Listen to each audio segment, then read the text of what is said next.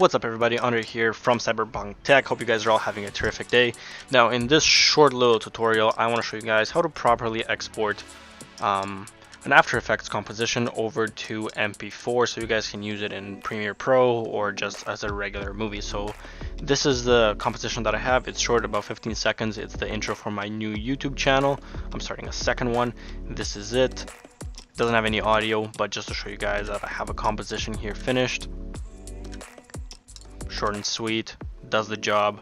And now let's look at how we're actually going to render this. So what you want to do is you go over to File and Export. Boom, there it is.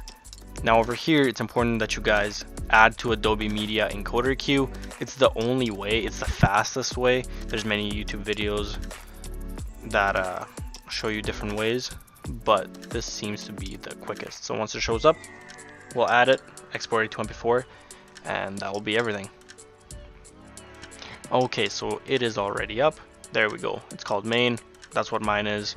So what I want to do right here, when you click on what you want to export, boom, H.264, which is also MP4. So make sure that's clicked. Match source, high bitrate, that's what you want. And then once that is done, make sure you are outputting to wherever you want it to go. So I'm just gonna go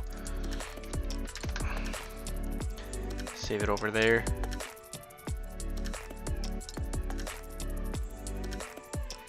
Now it's connecting it.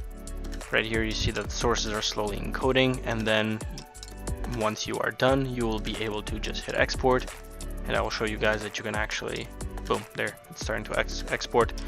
Time elapsed, it says like over an hour, but that's not gonna be the case here. Alright, so we are back. Mine took exceptionally long. I don't know why. Something must have been running in the back of my computer. But now let's just open it up, see if it is properly done. Let's see how it looks. It just went over on my other screen.